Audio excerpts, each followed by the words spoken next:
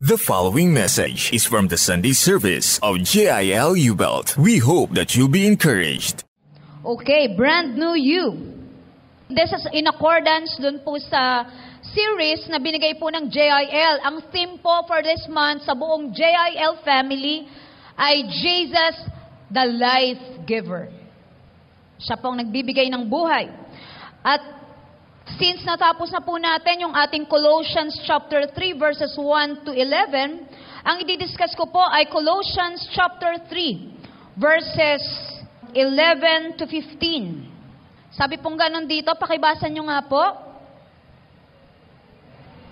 Nor Jew, circumcised, nor uncircumcised, barbarian, Scythian, slave, nor free, but Christ is all and in all. Therefore, as the elect of God, holy and beloved, put on tender mercies, kindness, humility, meekness, long-suffering, bearing with one another. If anyone has a complaint against another, even as Christ forgave you, so you also must do. But above all these things, put on love, which is the bond of perfection, and let the peace of God rule in your hearts, to which also you are called in one body, and be thankful. So sa mga bagay po na yan, makikita po natin ang ilang mga katuruan po, kung ano yung mga bagong relasyon na atin pong na-develop, ngayon pong tayo ay Christian na. O dun sa mga hindi pa po, ano po yung mga relationship na na-develop pagka tayo po ay nasa Panginoon na. Una po, there is neither Greek nor Jew, wala ng Griego at Hudyo, circumcised or uncircumcised, barbarian, Scythian, slave nor free. But Christ is all and in all. Alam niyo po, yan ay kaduktong po nung sinulat din ni Pablo sa Galatians chapter 3 verse 28. Kung saan diniscuss niya doon, wala na ring Greek, wala ng Jew, wala ng slave, wala ng free, no po? Wala nang ganong distinction, wala nang ganong pagkakahiwalay. Nor yung female and male, wala po siyang kaibahan sa mata ng Panginoon. Alam niyo po yung barbarian po, madalas natin naririnig yan salitang barbarian, di ba? Yung parang pagka sinabi kang barbaric ka naman, para kang pinanganak sa Stone Age. Yung parang wala kang manners. No? Simpleng salita sabihin sa'yo, para kang barbaric ka, pero actually ibig niya sabihin, parang wala kang good manners and right conduct. Saan ka ba galing? No? Minsan sasabihin sa atin, Stone Age ka ba? Sa Stone Age ka ba galing? Parang di mo yan alam. At yung mga Scythian naman po, yan ay mga uncultured people from around the Black Sea. Pero po sa Roman Empire, pag sinabing barbarian, yan po yung mga tao na hindi marunong magsalita ng Greek. Tawag nila barbarian. Ganun pala yun. Alam niyo po, nung first century society, kinaklasify nila ang tao sa ganun. Sa social ethnicity, o kaya sa economic status, o kaya male or female, na hindi rin po malayong nangyayari sa loob ng simbahan. Na nung time po na yun, kaya ito po'y sinabi ni Pablo, both sa Galatians at Colossians, kasi kahit sa loob ng church noon, merong discrimination. Parang may pagkakahiwalay sila. Ayoko yung kausap kasi hindi social, di ko ka-level. No? May mga ganon. Siguro ganyan-ganyan. Ayoko nga yung kasalo sa pagkain. Ayoko yung kakwentuhan, lugaw ang utak niya. No? Minsan siguro ganon. Hindi nila ganong feel. Pero ang sabing ganon, nung tayo ay nasa Panginoon na, Christ is all and in all. Etong mga ganitong diskriminasyon, kung papaanong noon, ang mga Samaritan ay lower class than the Jews. Kasi po yung Jews, silang unang binigyan ng mga batas ng Panginoon. Sila ang pinili ng Diyos. Kaya ang tingin nila sa Samaritano, mababang uri. At ang tawag nila sa atin na hindi Israelite by birth, ang tawag nila sa atin ay mga hentil. Pero dahil sa ginawa ni Hesukristo, nung ang Panginoong Hesukristo ay bumaba sa lupa, siya'y hindi lamang namatay at nagbayad ng kasalanan ng mga Jews, kundi ng lahat ng magpapakumbaba at lalapit sa Kanya at magsisisi ng kanilang kasalanan, tatanggapin siya bilang Panginoon at tagapagligtas. Ibig sabihin, ang kaligtasang ino-offer ng Lord at pagbabago ay available para sa lahat.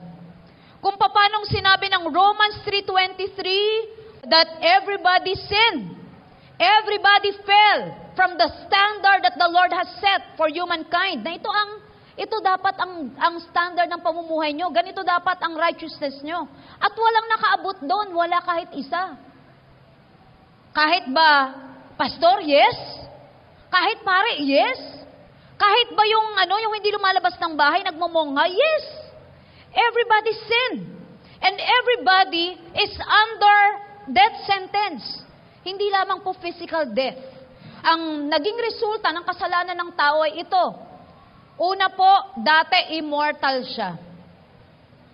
Pero dahil pumasok ang kasalanan, pumasok ang sakit, ang sumpa, ang kagutuman, ang pag-aaway-away, ang pagpatay, ang bawat pananakit sa kapwa, kaya ito po, nagkaroon ng deadline, nagkaroon ng expiration date.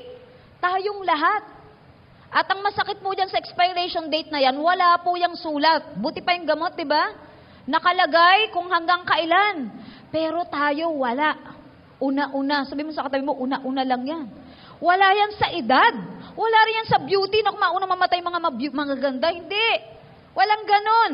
O kaya yung iba sabi, pag athletic ka, hindi ka mamamatay. Alam niyo po bang ilang beses na ako nakabasa na yung tao sobrang healthy, tapos sumali sa isang palaro, first heart attack, patay din kaagad. Fatal. At itong mga taong ito ay healthy ang lifestyle. So it means tayo pong lahat may death sentence. Pero hindi lang po dyan nagtatapos. Meron pa po tayong tinatawag na eternal death. And that means eternal separation from our Lord. Ito po ay kamatayan sa apoy ng impyerno. At ito po ay kabayaran ng kasalanan ng tao. Ibig sabihin po, lahat tayo kandidato mapunta sa hell. But thanks be to God, because of what Jesus did on the cross, our sins which we cannot pay, He paid in full, not partially. Kaya po yung mananampalataya sa ginawa ni Jesucristo, tatanggapin yung biyaya ng kaligtasan, yung regalong kaligtasan, lahat po yun ay maliligtas. Kahit prostitute dati, yes. Alam niyo po, ano pang isang gusto kong ipakita po sa verse na ito? Sa particular part na yan ng ating pag-aaral. Ang maiisip niyong pinaka-holy sa lugar na ito, ang maiisip po ninyong pinakamasama sa harapan ng Diyos nung hindi pa nakakilala kay God, pare-pareho lang po tayo. Pare-pareho tayong makasalanan. Because the Bible clearly says in Isaiah 64 verse 6, even our most righteous acts are filthy before the sight of God. Tayo pong lahat, kahit ano pang estado mo sa buhay, lahat tayo po'y makasalanan. Nananalaytay sa ating dugo, sa ating pagkatao, yung nature ng sin. Kaya, dito po, sa harapan ng Diyos, kung papaanong sinabi ni God, ang nire-require ni Lord, ang holiness, sa lahat ng tao, barbarian man siya, Scythian man siya, mahirap man siya, mayaman man siya, siya man po ay babae o lalaki, siya ay bata, matanda. In the same way, that holiness is demanded to mankind. The grace that Jesus' death brought, His death brought, is also available to everyone, regardless of your past, regardless of your circumstance, regardless of who you are, regardless of your religious background. Kahit sino ka pa. Kung papaanong ang kabanalan dinedemand sa lahat ng tao, sapagkat tayong lahat ay makasalanan, gayon din naman, ang biyaya ng Diyos ay available para sa lahat. Kahit yung nasa death row, kahit yung pinakamatindi ang ginawang kasalanan, lahat po tayo ay nangangailangan ng biyaya ng kaligtasan. Kaya nga biyaya, it's unmerited favor, it's something you can't earn.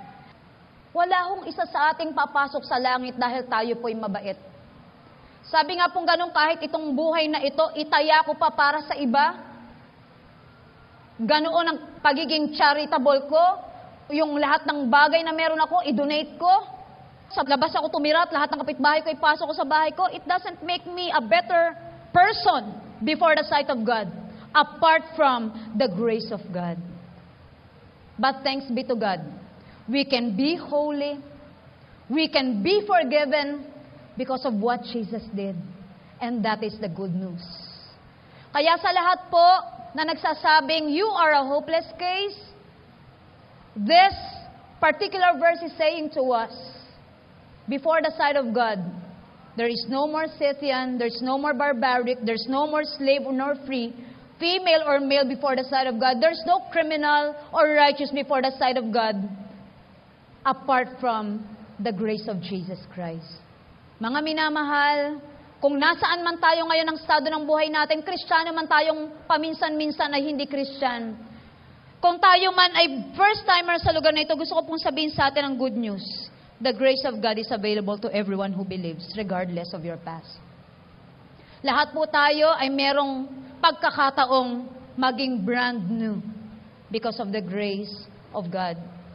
Minsan po, mas malupit ang pakiramdam nung nakakilala ka na kay God. Alam mo ang salita niya, tapos gumagawa ka pa rin ng alam mong mali. Yung guilt feelings, minsan nag-guilt trip tayo, di ba? Pero alam niyo po, kahit sa ganyang sitwasyon ng buhay mo, feeling mo, nakakaya sa Panginoon, gusto lang sabihin sa'yo ng God ngayong oras na ito, my mercies, my love is unfailing. New day, new grace. New day, new mercy. Araw-araw available. Minu-minuto. Hindi nagbabago. Actually, in my experience, bilang pong pastor, hindi lamang po sa buhay ng mga taong na-deal natin dahil nagkaroon ng problema sa spiritual life nila, sa Christian life. Ako po mismo bilang pastor, I've received so much grace from the Lord. Huwag po kayong lalayo sa biyayang yan, sapagkat yan ay binigay ng Diyos na free para po sa ating lahat. Lagi po tayong lumapit sa biyaya ng Panginoon. Sabi nga ganon, kailangan lang ho, nagpapakumbaba. Lumapit lang tayo at samihin natin sa Panginoon, Lord, kagaya ng kahit na sino dito, every day, kahit pastor na, kahit manggagawa na araw-araw, kailangan ng biyaya ng Panginoon. It's impossible to live a victorious Christian life apart from the Spirit, apart from the grace of God. So, hindi po tayo darating sa sitwasyon ng buhay natin o sa titulo ng buhay natin, kung saan man tayo makarating na sasabihin mong hindi mo na kailangan ng biyaya niya. The more ko pong naunawaan, lalo na po na ako'y magpastor, araw-araw kong kailangang lumapit sa mayamang biyaya ng Panginoon. And sabi pong ganoon, therefore, as the elect of God, holy and beloved, wow, bilang mga pinili ng Diyos, ang tawag po sa inyo, banal at minamahal. Wow. Hindi lang na-restore ka sa position mo, no? Pero yung pagmamahal, no? Kailangan po maintindihan natin to. Kasi it's impossible na yung mga kasunod po na requirements sa mga taong holy at beloved ay magawa natin kung hindi po natin naintindihan na una sa lahat, holy. Binanal ka na. Pangalawa, hindi ka lang binanal, mahal ka pa. No? Your capability to live the Christian life and your capability to love and to show mercy and kindness, long-suffering and forgiveness to others depends on your perspective doon po sa ginawa din sa inyo ng Lord in the first place. Mahirap po na tayo maging mahabagin, mapagpatawad, mabait, mapagmahal, matiisin, kung hindi natin naunawaan in the first place na tayo man ay minamahal, pinatawad, kinahabagan, pinakitaan ng kabutihan. Maaring sabi mo sa akin, hindi pa ako naka-experience sa kabutihan ng tao, ako lang ang mabuti, wala nang iba. Ikaw na. No? Pero kagaya po ng nung sinabi ko kanina, lahat po tayo, regardless of how you look at yourself, everybody's a sinner. At kung tayo man po ay may righteousness, ngayon, ito po'y dahil sa ginawa ng Panginoon sa atin. At kung naintindihan po natin na tayo may pinatawad, minahal kahit na sino tayo, maging sino ka man, minahal ka ng Lord, maging sino ka man. alam niyo po, matututunan mo rin, mas magiging magaan sa'yo. Mas magiging madali sa'yo, lalo na kung ang Panginoon ay nasa'yo na. Binanal ka na niya, minahal ka na niya. Alam niyo po, mahirap ma-develop ang fruit of the Spirit apart from the Spirit. Kaya nga fruit of the Spirit, di ba? Hindi tayo pwedeng magbunga nang wala po ang banal na Spirito kasi fruit of the Spirit nga yan. Na po, nade-develop siya. All you have to do is to cultivate the soil. All you have to do is to cooperate with God. And then this fruit will be developed po sa ating mga buhay. Bakit po may new relationship? Una pong relationship, yung pong peace natin with God. Pangalawa, peace within our hearts. Pangatlo, peace with others. Di po ba? Unang-unang dapat na naayos ay yung relasyon sa Panginoon. Yan ang unang relationship. I pray sa mga bago, magkaroon po kayo ng peace with God. Magkaroon kayo ng relationship kay God. At kung kayo man po ay matagal ng Kristiyano, ang prayer ko po this year will be a brand new year na mas in love ka kay God ngayon kaysa ng mga nakaraang panahon ng buhay mo. Diba? Alam niyo po, blessing sa akin na ako po ay nag-handle ng isang gawain doon po sa Makati na talaga pong bago silang lahat na Kristiyano. As in, nakita ko talaga ang mga yon na talagang hindi Kristyan. At nakita mo yung development nila. At sa akin po, ang prayer ko sa atin na matagal na naglilingkod kay God, sana po ibalik ng God sa atin yung gano'n nating kasigasigan sa pagmamahal kay God. Ako po ang nasuko sa mga yun kasi habagat na't lahat ayaw nilang itigil ang Bible study. Hindi na nila inisip na hindi po ako waterproof. No? Sumasakay din po ako, hindi ko kayang lakarin mula amin hanggang doon sa Makati Pasong Tamo Extension.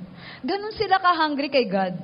At pag ako po yung nag-suggest, since 3 years na tayo, kagaya ni Jesus, on the 3rd year, they sent them by twos kasi alam niya paalis na siya.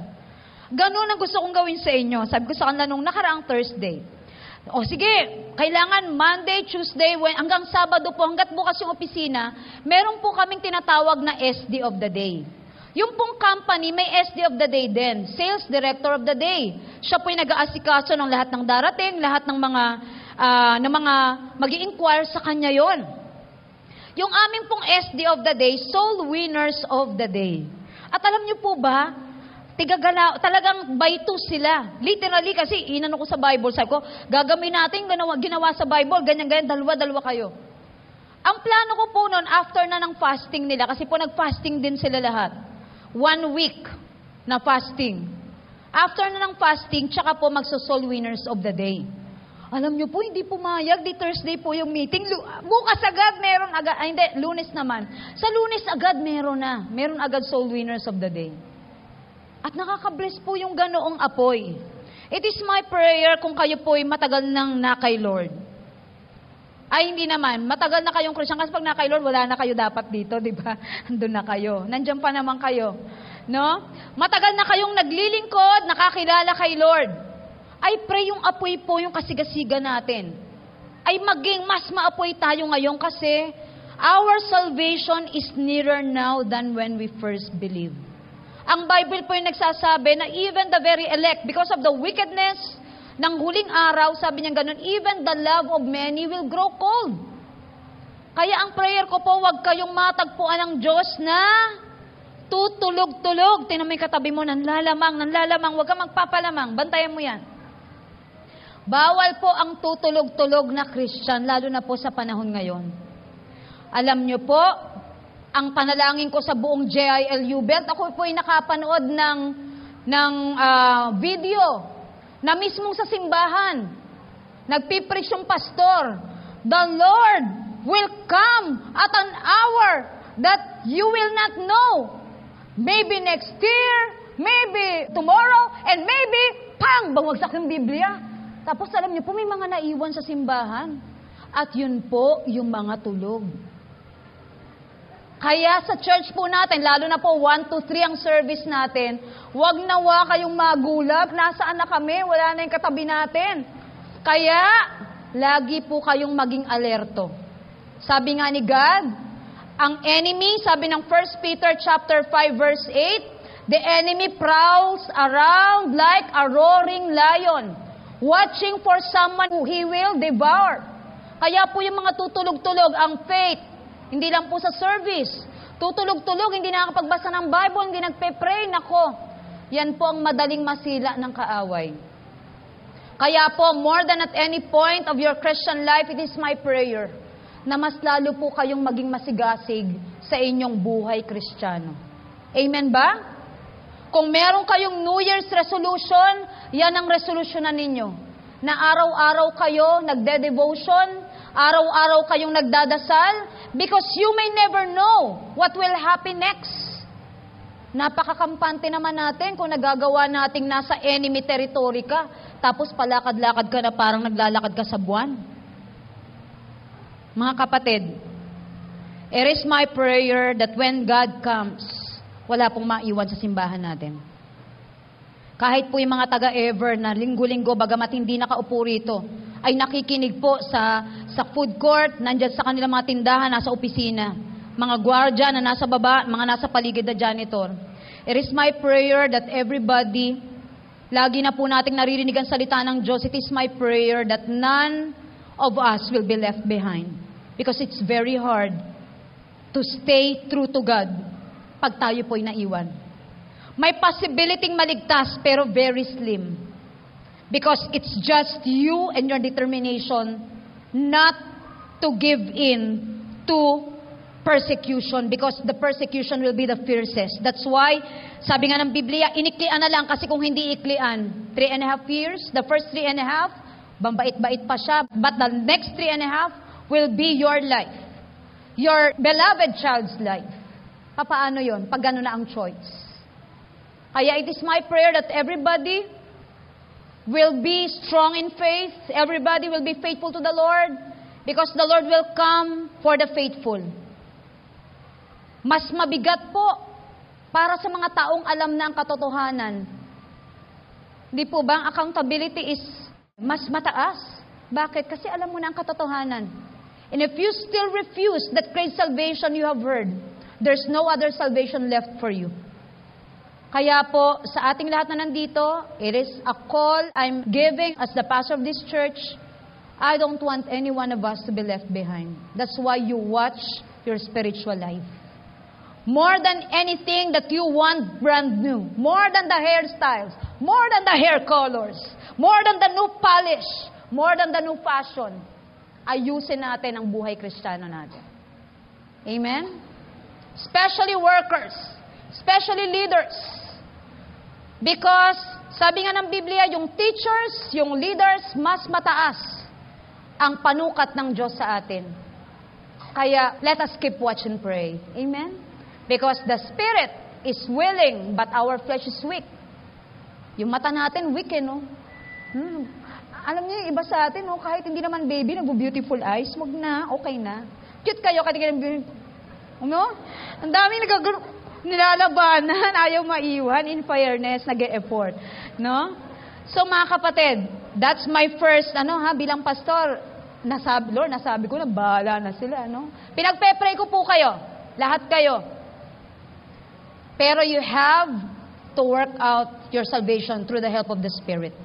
Amen? Because salvation is an individual choice. It's an individual standing before God. Pag po nandun na kayo, hindi niyo pwedeng sabihin, kaya ako nag-backslide kasi hindi ako kinamayan ni Brother Jade. No? Hindi ako kinamayan ni Sister Leslie. Na-stumble ako. Hindi ako nakamayan ni Sister Elby. Hindi ako na-smile ni Brother Bernard. Mga kapatid, hindi kayo pwedeng pagdating nyo doon sa langit, ay sasabihin ninyong dadahilan natin yung ibang tao. It's your relationship with God. Remember. Amen? Palakpakan natin si God. Kasi mahal na mahal niya tayo. Ayaw niya tayong maiwan. No, ayaw niya kayong matusta, sa impyerno. Sabi ganun, therefore, as the elect of God, holy and beloved, ito yung mga bagay na dapat meron kayo. Put on tender mercies. Hindi lang basta mercies, dapat tender, Pag sinabing tender, soft, Mabait. Tapos, kind. Humble. May humility, may meekness, may long-suffering, bearing with one another. If anyone has a complaint against another, even as Christ forgave you, so you also must do. new relationship. Dapat daw ang ating relasyon sa ibang tao ay mag-improve by clothing yourself with this character na dapat meron ng isang Kristiyano. Dahil ikaw ay beloved, dahil ikaw ay holy, ito ang dapat meron ka. Ako, I'll be very frank with you. Madaling tanggalin ang paninigarilyo kaysa sa pagiging mainitin ng ulo. Mas madaling alisin ang pagsusugal kaysa alisin ang sama ng loob na nagsimula pa noong 1900s. Come to think of it, yung mga outside sin, yung nakikita ng ibang tao, dali kayang alisin yan. Pero come to think of these things that we need to put on as new Christians. Puro karakter. Puro tungkol sa issues ng puso na tinitingnan ng Diyos higit sa iyong outside appearance. Amen? Ito'y mga bagay na ikaw lamang talaga ang makakaalam. Kung isipin natin, di ba sabi ganun, pag may complaint ka sa isa, no? Sabi niya ganun, bear with him. Alam niyo po, kahit dito sa loob ng simbahan, meron kayong ma-experience sa mga taong may complaint kayo, di ba? Tingnan niyo ulit yung katabi mo. May pakpak ba? May halo ba? Hello? Wala. Di ba? Walang perfect dito. Lahat po tayo, iba-iba ang family background, iba-iba ang ating temperaments, iba-iba ugali natin. So why will you expect na lahat makakasundo mo? Kung tutuusin, itong Colossians sa sinulatan, hindi po unbeliever ito ha. Ito po yung mga believer kagaya natin. Ibig sabihin, kahit noon, kaya inuutos ito kasi may mga issues din sila sa isa't isa. No? Kaya sabi ng Lord dito sa kanila, through Apostle Paul, dapat maging mahabaging ka. Kasi kinahabagan ka rin ng Panginoon. Sabi nga nun, dapat maging mabait ka. Ibig sabihin, yung kabaitan po, act ito eh. Hindi po siya attitude ng heart na meron pong action na kasama. Mabait. Yung you do something about it, no? Mag-abot ka ng, siguro kahit natulong o ano pa man. Sabing ganun, kailangan po yun ay ating magawa. Sabi din ganun, kailangan po may humility. Magpakumbaba. Mapagkumbaba na po ba tayo? Kaya po yung iba siguro ayaw maging Christian kasi mula na maging Christian tayo, naging self-righteous. Ayoko na kitang kausapin kasi hindi na ako ganyan eh. Baka magkasala pa ako sa'yo. Makaalis na nga. Minsan sa bahay, no? Makapunta na nga sa YC. Kasi dito sa bahay, magkasala pa ako sa'yo. May ganun pa, no? May ganun ka pa. Meron pa akong isang kwento nakakatuwa, isa kong kasama rin sa BS sa Makati. Sabi niya minsan daw nag-aaway sila mag-asawa, pero mas mabait na raw siya ngayon. Pero natatawa lang ako dun sa way niya. Kasi sabi niya, ganito, una sabi niya, Satanas! Di nakatingin yung asawa niya. Mali nga eh. Pero inano ko na lang siya, sinimplihan ko na lang. Sabi niya, Satanas, lumayas ka! Ikaw ang kumikilos sa asawa ko, hindi siyang kaaway ko. Lumayas ka sa kanyang katawan. Sabay sabi niya, pero honey, lumabas ka na rin. Ang cute, no? Ang cute. Diba? Pero dati daw talaga, galit na galit siya. Doon sa asawa niya talaga, sobrang galit niya. Talagang mataktak siya. Pero honey, lumabas ka na rin. Wow, at least may honey. Hindi dati siguro, ganun, lumabas ka. No? Alam niyo po, ako naniniwala dapat yung pinaka-fun to be with or mag-ang kasama, dapat tayo mga Kristiyano. Baka kayo'y naging stiff na dahil banal kasi kami daw sa church eh. Hindi ako, tawan-tawan. Ano ba yan? Tao pa rin po kayo. Pwede yung tumawa, hindi yung nakakabawas yan ng holiness. Ang holiness is the matter ng heart.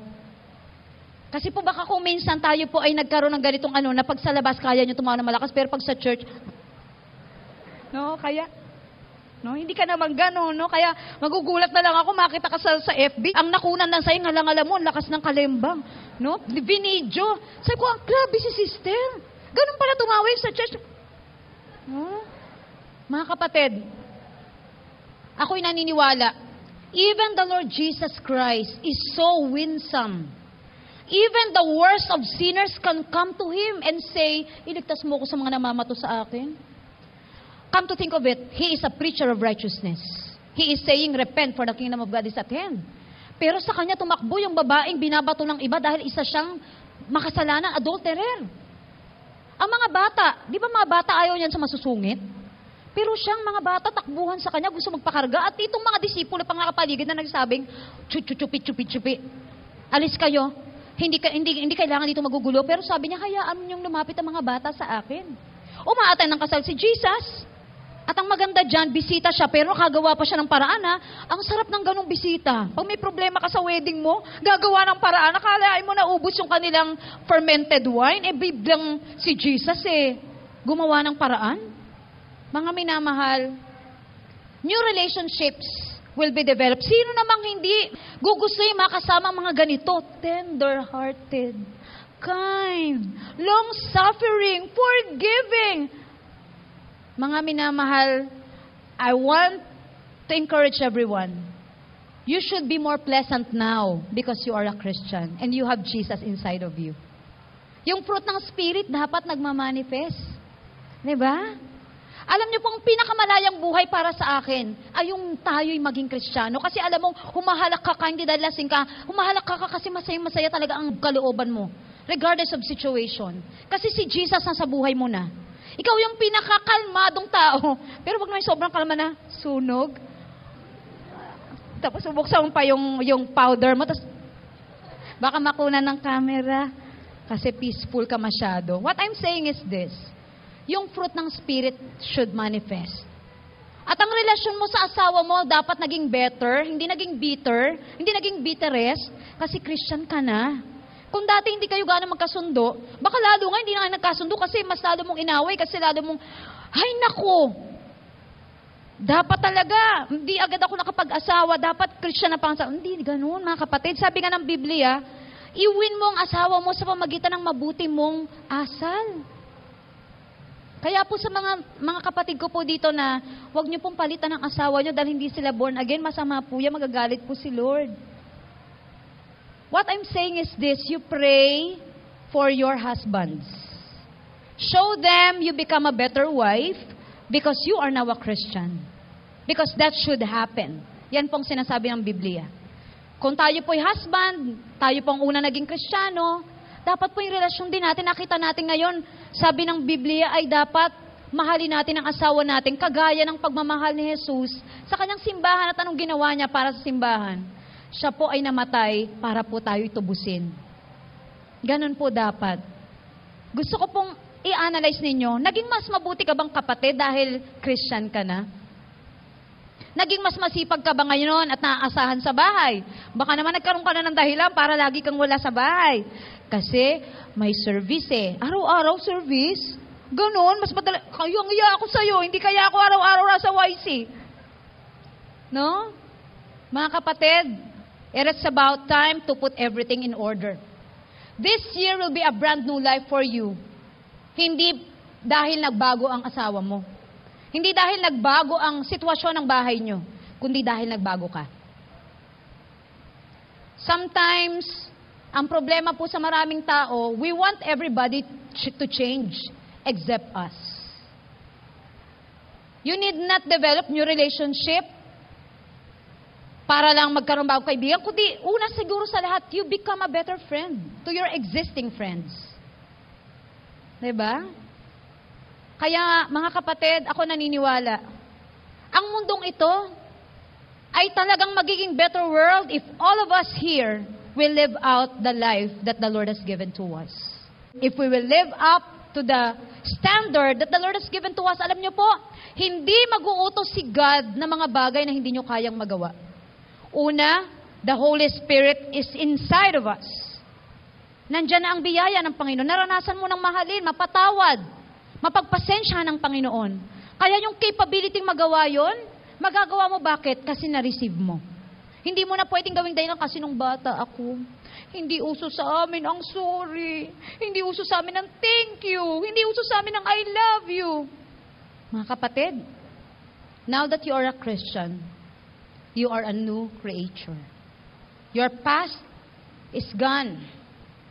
Kailangan mo nang i-clothe, kailangan mong embrace ang bagong buhay na ibinigay sa'yo ng Panginoon. The happiest life one can live is this: to live, to love, and honor God, and to live like Him. Noong pong first century, Marami pong nakakilalang Christian. Marami pong nakakilalang Christian. No, wala akong nakita. Hindi ako nagkakasala, Lord, hindi ko siya nakikita. Yan, no? Ano po, nung first century po, countless became Christians. Why? Because they outthought, they outlived, they outlove other people. Marami kasi noon, may religious, pero walang totoong pagmamahal. Kaya sabing gano'n, no? Wala pong ganong word, pero yung po yung nabasa ko kay Billy Graham, sabi niya, you should learn to outlove, to outthought, to outthink, and outlive the persons around you. Diba? Dapat yun ang goal natin, Christ-likeness. Amen? Amen ba mga Kristiyano? Hindi nga. Amen! Amen! Palakpakan natin si Lord.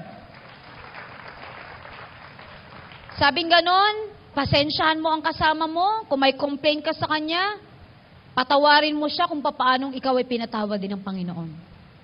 Amen? Kaya sa atin po, it is my prayer that we will learn to live the life that the Lord has given to us. At kung ito po ay mangyayari sa atin, hindi po imposibleng magkaroon po ng pagbabago ang ating buhay Kristiyano, mas lumalim, mas maging matatag ka sa pagsubok, mas maiwasan mo yung mga dati mong temptation kasi pinalalim mo ang relasyon mo sa Diyos. Pangalawa, magleles ang problema mo sa kapwa mo kasi naging better person ka na. Because of the help of the Lord Holy Spirit. Huwag nating i-justify na gano'n na talaga tayong pinanganak.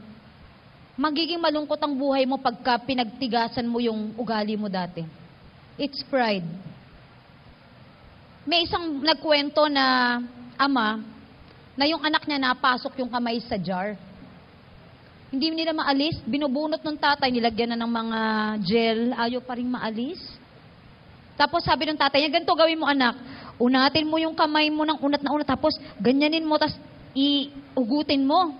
Sabi ng anak niya, Kitby! Sabi ng anak niya, bakit? Sabi nga, kasi yung coin daw, hawak-hawak pala niya yung coin sa loob. Sabi niya, hindi ko pwedeng bitawan yung coin sa loob. Pag binita, maiiwan yun doon. Sa atin po, ano po ba yung mga ayaw pa nating bitawang ugali? Mga habits. Kailangan po matutunan natin yung pag-ibig. Sabi ng gano'n ng God, kahit maglingkod ka pa dito, kahit lahat ng silya dito, ikaw pa magbuhat pag wala kang pag-ibig. Sabi gano'n, di ba yung huling-huli po, sabi gano'n? Put on love. Sa lahat ng bagay na ginagawa natin, pag-ibig. Kaya po yun ang una sa fruit ng Holy Spirit, love. Love, joy, peace, patience, kindness, meekness, gentleness, kindness, long-suffering, self-control. Yun na po yun eh. Bunga ng banal na spirito. Gawin po natin ang lahat ng may pag-ibig. Sabi po din ng isang story, nung time po ni Abraham Lincoln, ay pinaglaban po nilang yung mga blacks ay ma-free na from slavery. Nagkaroon pa po ng gera para lang pumapalaya sila at pinakalat na po yung dokumento na nagsasabing slavery is abolished. Abolished na sa lahat ng state ng US. Kasi po noon, ini-slave trade po yung mga yan, dinadala galing Africa. Parang tayo po ngayon, di ba, kumukuha tayo ng mga kasambahay minsan sa mga lugar na alam nating hirap na hirap, tapos gagawin nating kasambahay. Pero alam ko naman po, hindi naman kayo nag-i-slave yung mga kasambahay. Baka meron dito, ha? Nakatali pa, tapos sa gilid lang tapos wala naman sigurong ganun dito, no? So, ganun nung araw, binibenta sila. Dadalhin sila sa Amerika, tapos silang gagawin mga slave. Lahat ng ayaw nilang gawin, yun ang pinagagawa doon. At iba ang kinakain nun, iba ang trato, mababang uri. Pero ganun pa man, kahit na ipakalat na slavery is abolished, yung iba pong slaves, sabi nila, sino ba si Abraham Lincoln? Anong ginawa niya? Pinalaya na nga tayo, pinalaya. Hindi nila matanggap. No, we don't know him, sabi lang nila. Alam niyo, iba sa kanila, namatay na lang, na slave pa rin. Samantalang meron ng dokumentong nagsasabi, hindi na sila slave, pinalaya na sila. I would like to end this. Sabi po ng isang manunulat, sabi niya, on seeing a living slave offered in New Orleans on a slave block, there was a rising hatred inside of me against slavery. And I swore if someday I could do something about it. I would do something about it. At alam niyo kung sino nagsulat nito? Si Abraham Lincoln. Na siya pong naging dahilan, gumawa ng paraan na ang proklamasyon ng independence sa mga blacks from slavery ay mapangyari. At ang sabi niya, kung ako lamang ay makagagawa ng paraan para mapalaya itong slave. Nakita niya, binibenta eh. Siguro may bidding, parang mga animals lang na binibid. Siguro mayroon pang mga shackles, mayroon pang bakal sa leeg, parang asong hinihila pa uwi. Kung may magagawa ako, I will do something about it. And he lived through doon sa kanyang pangako. Ang sumulat po ng Amazing Grace ay isa pong slave trader na ang pangalan ay John Newton. Kristiyano na siya for how many years? But while in the course of bringing slaves from Africa, I think going to England, the Lord spoke to his heart. I've set you free. You are a rich man. Wala kang kakwenta-kwentang tao. You are like that person you are bringing to England.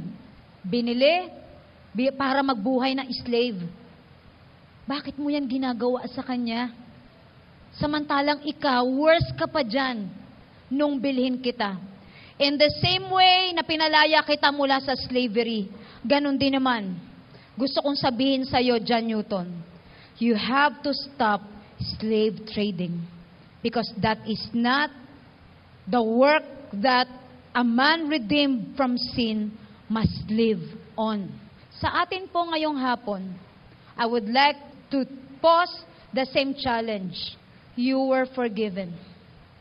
Who are we not to forgive? You were given tender mercies. Who are we not to extend mercy?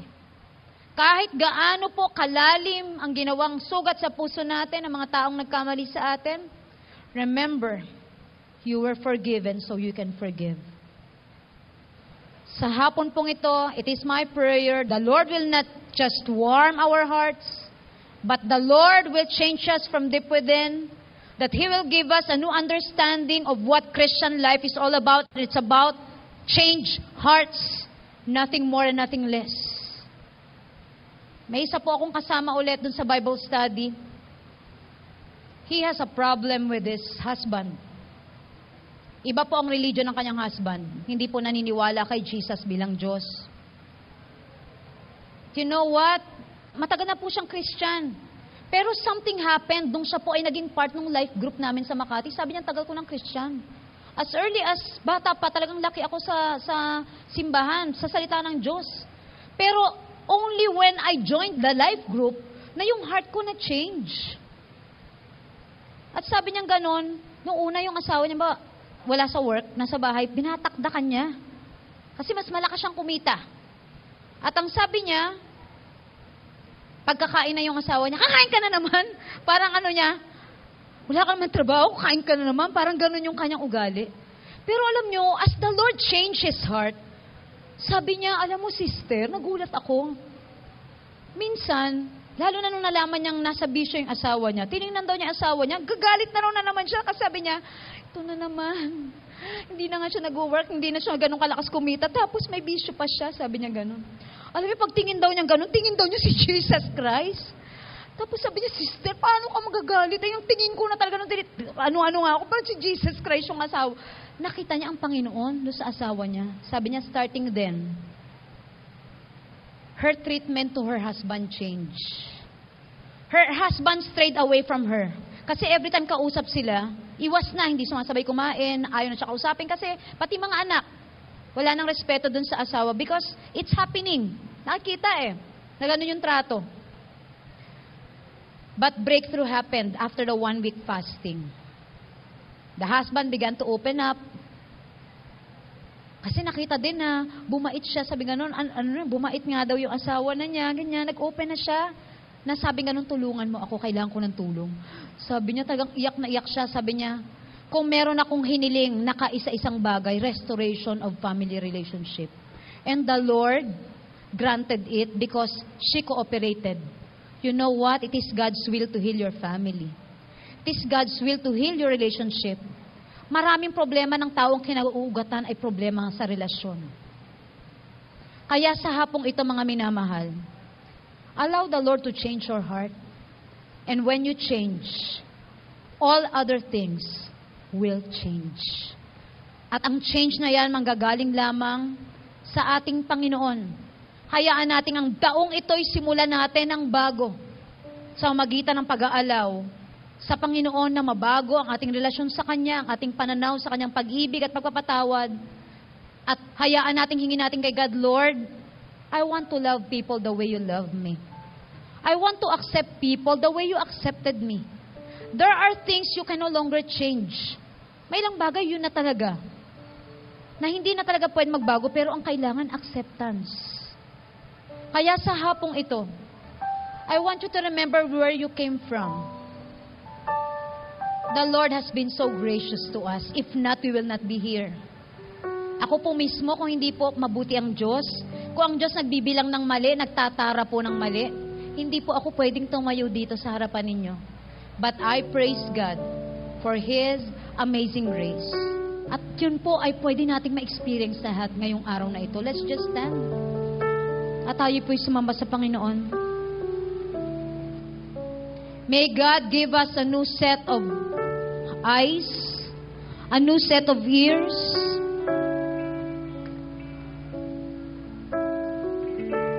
a new tongue, a new heart, a new mind, new relationship. A new and deeper relationship with God will result to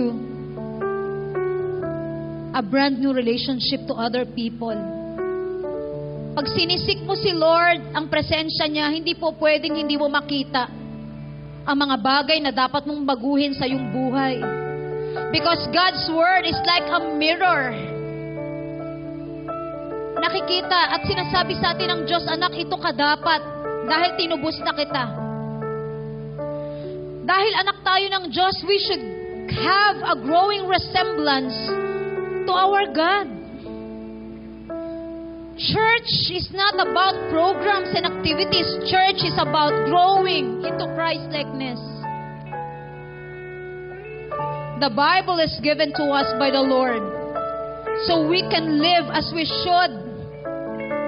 The 10 Commandments, 1 to 4, is about loving God with all your heart, with all your soul, with all your mind, with all your strength, with all your entire being. But 5 to 6 is about loving others as you love yourself.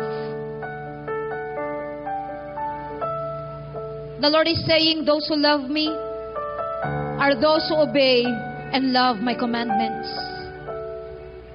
Allow the Holy Spirit to bear the fruit. Salvation comes in a moment, but to be a saint takes a lifetime. But it will only happen if you will cooperate to the Holy Spirit. Allow Him to come into your heart and change you. You are no longer your own. Jesus owns you. You live by the Spirit. Do not gratify the desires, the temperaments of your flesh, anger, unforgiveness, bitterness. For the kingdom of God is not about drinking and eating, but of righteousness, peace, and joy, and love in the Holy Ghost. This is what Christianity is all about. You've been listening to a Sunday service message from JIL U-Belt. JIL U-Belt meets at 1 o'clock p.m. at Evergotesco, Manila Plaza Mall on Recto Avenue, Manila. You may copy or distribute this audio material provided that you do not alter its content or charge any fee. For more information, visit www.facebook.com/JIL U-Belt. JIL U-Belt. JIL U-Belt. JIL U-Belt. JIL U-Belt. JIL U-Belt.